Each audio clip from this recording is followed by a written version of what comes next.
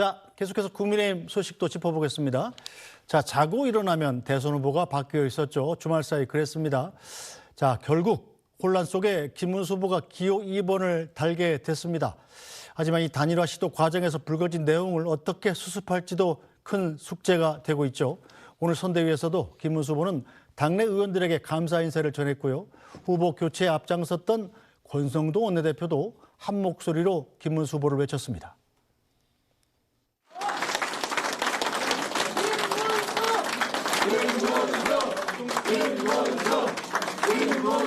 정정당당 김문수 승리한다. 승리한다. 오늘 우리 선대위가 이렇게 발대를 하고 여러 의원님들께서 중책을 맡아주셔서 감사를 드립니다. 국민의힘 화이팅!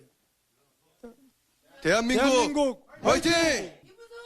화이팅! 대한민국의 전쟁이 시작되었습니다.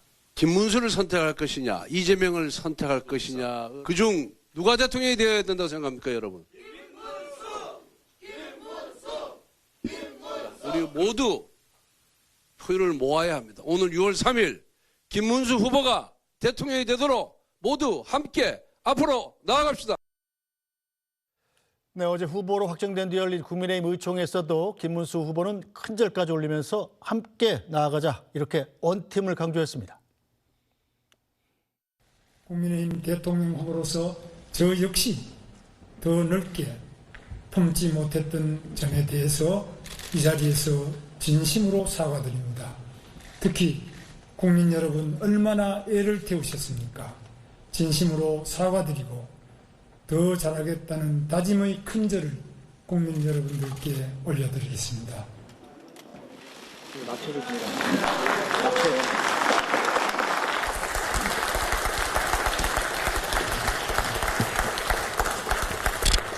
이제는 과거의 상처를 서로 보듬고 화합하여 미래를 향해 함께 나아가야 할 때입니다. 언론인들이 보좌진은 협조 부탁드립니다.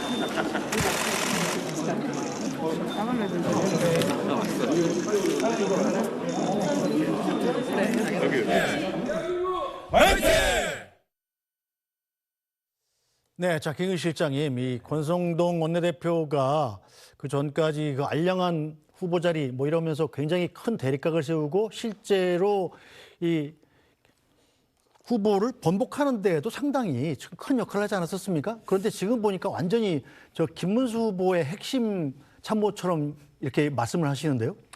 우여곡절 끝에 어쨌든 당원들의 반대로 후보 교체가 실패했고요. 그래서 다시 김문수 후보가 후보 자격을 회복함으로써 후보가 최종 결정이 됐고 그 과정에서 결국 권영세 비대위원장은 사퇴를 했죠. 네. 그러니까 책임을 지고 비대위원장은 사퇴를 했습니다만 투톱이었던 권성동 원내대표는 그대로 유지가 되었는데요.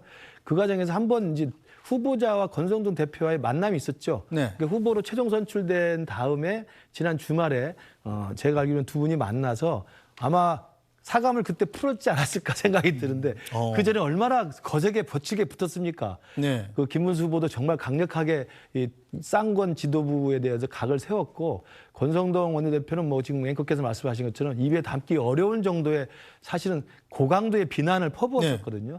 그런 그 며칠 전에 전쟁 같은 말싸움을 생각하면 아마 김문수 후보로 최종 결정되면 두 사람의 만남에서 그걸 사감을 풀었든지 네. 아니면 전략적인 제휴를 했든지 아니면 서로 간에 그냥 봉합을 했든지 그렇게 하면서 회동이 끝나고 나와서는 원내대표를 새로 뽑는 일은 없습니다. 원내대표 그대로 갑니다. 그래서 네. 실제로 지금 비상대책위원장 권한대행까지 겸하고 있습니다.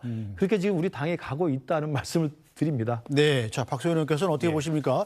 이 정치를 하려면 이 사감을 이렇게 급속도로 쾌속으로 풀리는 그런 무슨 정신적 세라피라도 있는 건가요?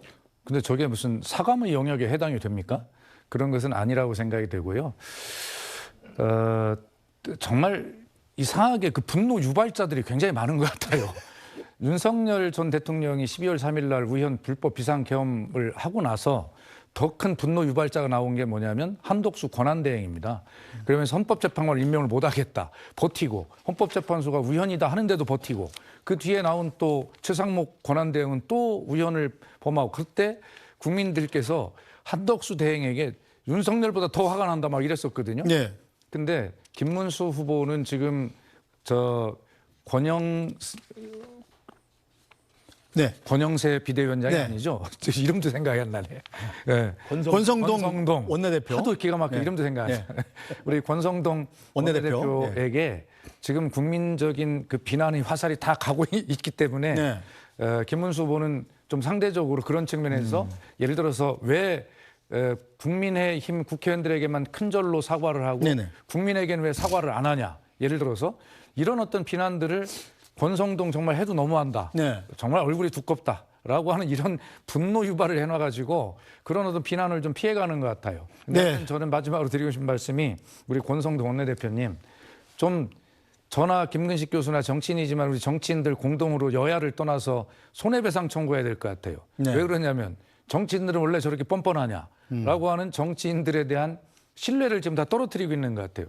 좀 책임을 지시고 좀 물러날 때 물러나고 네. 국민께 사과할 거 사과하고 그래야 권성동 다운 일 아닌가라는 생각을 하게 됩니다. 예. 네. 자, 우여곡절 끝에 국민의힘 기호 2번 후보로 선출이 된 김문수 후보를 돕겠다고 나선 분이 또 있습니다. 바로 윤석열 전 대통령인데요. 윤석열 전 대통령이 SNS에 이런 글을 올렸습니다. 자, 자유민주주의와 국가의 번영을 위한 사명은 김문수 후보와 함께 이어가야 할 사명이 됐습니다. 자, 국민의힘 대통령 후보 경선은 격렬한 논쟁과 진통이 있었지만 여전히 건강함을 보여줬습니다. 우리는 단결해야 합니다. 자, 김우 실장님, 네. 김문수 후보한테 큰 도움이 될 것 같습니까? 어떻습니까? 도움이 전혀 안 되죠. 정말 윤석열 전 대통령 오늘도 뭐 형사 피고인으로 재판을 받으러 법정에 출두하는 모습이 비춰졌습니다만 지금 우리 당이 지난 주말에 있어서는 안 될 당 지도부의 쿠데타로 인해서 온 국민과 온 당원들이 정말 아연실색을 넘어서서 분노의 극한점을 다다르고 왔는데 그 과정을 건강했다고 이야기하는 그런 현실인식이 이게 말이 되는 인식입니까? 그리고 이 윤석열 전 대통령으로부터 파생된 지금의 대통령 보궐선거고 윤석열 대통령의 비상계엄으로부터 파생된 우리 당의 지금 위기 중의 위기입니다. 위기의 장본인이고 위기를 만들어내는 근원을 제공한 사람이 지금 계속 정치적으로 개입하면서 발언을 해내면 저게 그 이른바 태극기 부대라고 할 수 있는 광장의 극단적인 강경 우파 세력 말고 누가 저기에 동의를 할 수 있겠습니까? 저는 그리고 어제 그 올렸던 그 SNS에 올렸던 내용도요. 자세히 읽어보면 제가 좀 개인적인 그 소회입니다만 네. 김문수 후보를 지지했던 분들도 도와주십시오 이런 내용이 있어요. 그러니까 제가 볼 때는 아마 한덕수 후보로 단일화될 걸 예상하고 써놨다가 그걸 급히 김문수로 바꾸는 바람에 그 내용을 그대로 안 고치고 나왔던 것 같아요. 아, 제가 볼 때 너무 황당해가지고요. 고치려면 제대로 고치던가. 그러니까 누가 봐도 김문수로 일단 선출을 시켜놓고 그다음 당 밖에 있는 한덕수 끓여와서 한덕수로 단일화하겠다는 게 당 지도부의 기획된 시나리오 아니었습니까? 그러나 그 시나리오가 야밤에 심야 쿠데타 통과시키려다가 네. 당원들의 거센 저항에 좌절된 거 아닙니까? 그래서 김문수로 결국 바뀌었는데 그 다음에 윤석열 대통령이 SNS에 올려놓고 고치지도 못하고 한덕수로 단일화할 걸 예비해서 아마 뭐 이거 체제와의 전쟁이고 끝까지 단결할 수 있게 쓰다가 그 한덕수를 이름을 김문수로만 고쳐놓은 것 같은데 제발 그러지 마십시오. 그리고 이렇게 당당하면 오늘 그 카메라 얼굴 들이대고 물어보면 왜 대답을 안 합니까? 전 진짜 비열하다고 생각합니다. 자기의 국군 통수권자로서 자신이 그 지시해서 정말 죄 없고 영문 모르고 국회의사당에 갔던 우리 수많은 군인들과 장성들이 지금 재판에 연루돼 가지고 평생 국가를 위해서 헌신했던 군복을 벗고 저렇게 고초를 치르고 있는데 자기는 지시한 적이 없다? 지금 그렇게 하는 사람 아닙니까? 누가 언제까지 윤석열 전 대통령한테 이만큼의 그 동정심이 있겠습니까? 제발 빠져주시고 좀 침묵해 주시길 바랍니다. 알겠습니다.